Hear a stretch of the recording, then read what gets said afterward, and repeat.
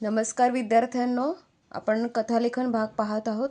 मागच्या व्हिडिओमध्ये कथालेखनामध्ये एकूण 5 भाग किती आहेत, जसे की कथा बीजावरून कथालेखन, शीर्षकावरून कथालेखन, दिलेल्या शब्दांवरून कथालेखन, अपूर्ण कथा पूर्ण करणे, मुद्द्यांवरून कथालेखन, हे एवढे आपण भाग पाहिलेले होते। त्यापैकी आपण कथा बीजावरून कथालेखन हा भाग पाहिला। आज आपण पाहूया शीर्षकावरून कथालेखन। शीर्षकावरून कथालेखन या भागामध्ये महत्त्वाचे मुद्दे काय आहेत?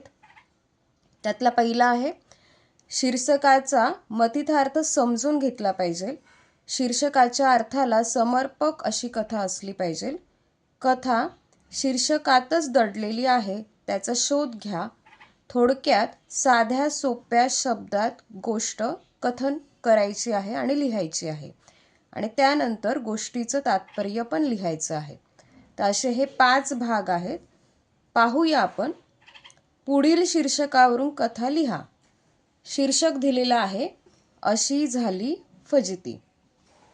पाहूया कशा पद्धतीने ही कथा केलेली आहे। या शीर्षकामध्येच कथा ही दडलेली आहे आणि ती कथा आपल्याला साध्या सोप्या सरळ भाषेमध्ये लिहायचं आहे आणि त्याचं तात्पर्य पण लिहायचं आहे। पाहूया तर मग। एका जंगलात एका झाडावर एक कावळा राहत असे। जंगलात भटकून तो आपले पोट भरत होता। एके दिवशी सबंध जंगल तो फिरला तरी त्याला काहीच खायला मिळाले नाही। उन्हात भटकत त्याने बरीच शोधाशोध केली, पण खायला काही मिळाले नाही। शेवटी तो जंगलाबाहेर आला। तिथे काही घरांची वस्ती होती। मी मागच्या एका व्हिडिओमध्ये सांगितलं तसं की कथालेखनामध्ये सुरुवातीचा जो परिच्छेद आहे तो अगदी आकर्षक असला पाहिजे। त्या पद्धतीने इथे आकर्षक परिच्छेद आहे। वाचणाऱ्याला पुढील परिच्छेद वाचावासा वाटला पाहिजे वाचकाला। पाहूया आपण पुढे काय घडलं असेल बरं याच्याबद्दल, कावळ्याबद्दल काय घडलं असेल ते त्यांनी पुढच्या परिच्छेदामध्ये सांगितलंय। भुकेने व्याकुळ झालेला कावळा वस्तीच्या भोवती घिरट्या घालू लागला। काव काव असंही आता तोंडून फुटत नव्हतं, इतकी त्याला भूक लागलेली होती। इतक्यात एका घराच्या खिडकीत त्याला एक भाकरीचा तुकडा दिसला। त्याने झडप घालून तो मिळवला।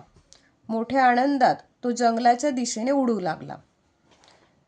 जंगलात नेहमीच्या झाडावर बसून भाकरीचा तुकडा खायला सुरुवात करणार इतक्यात एक कोल्हा तिथे आला। कोल्ह्यालाही आज जंगलात भटकंती करूनही खायला काही मिळाले नव्हते। तोही भुकेला होता।